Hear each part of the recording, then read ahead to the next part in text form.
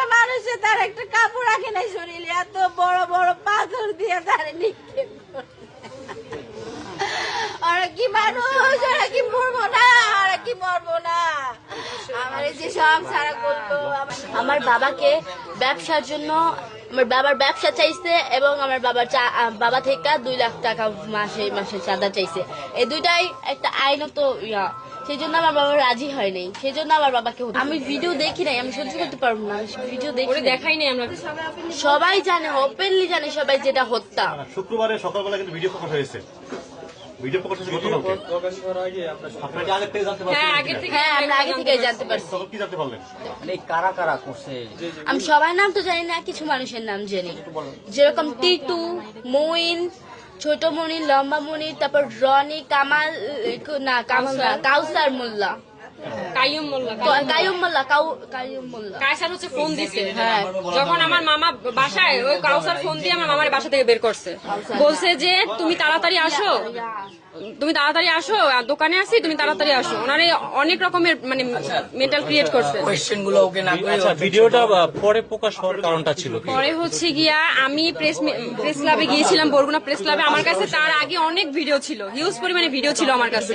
তো আমি এগুলো পেশ করার মতো ওই মানে প্ল্যাটফর্ম পাচ্ছিলাম না, তো যার কারণে এটা একটু লেট হয়েছে। আর এই আমার কাছে যে আপনার পাথর নিক্ষেপের ভিডিওটা আসে আপনার আগামীকাল 9টার দিকে, সকাল বেলা 9টার দিকে।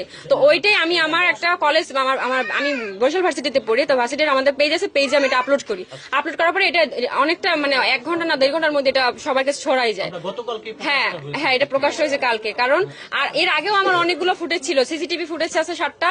সেটা হচ্ছে গিয়ে আপনার ওই যে আমার মামার সাথে যখন অফিসে বসে কথা হয় আমার মামারে, তখনই তারা ওইখানে বসে মারামারি শুরু করছে। শুরু করার পরে আমার মামার টানা হিস্ট্রা করে বাইরে নিয়ে আসছে এবং ঈদ দিয়ে মাথা থাতলাই দিছে। আর এখানে একটা শুট করা হয়েছে আমার মামা, এটা কিন্তু এটা করা হয় নাই। হ্যাঁ, বন্ধুত্ব ছিল।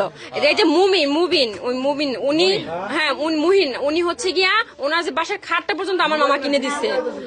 আর তারপর হচ্ছে গিয়া আপনার বাজার করে দিত, তারপর চালাইতো আমার মামা ওদের চালাইতো।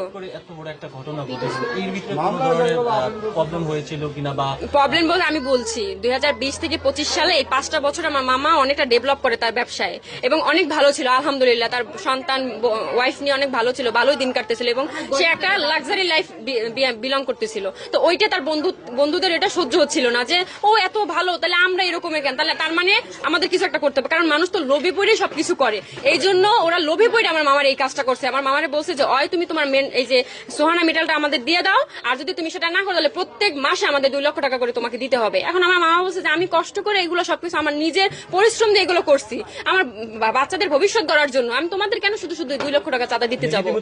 হুমকি দিছে আমার মামার ডিরেক্ট, একদম ডিরেক্ট। আপনারা যখন আপনার মামা নিয়ে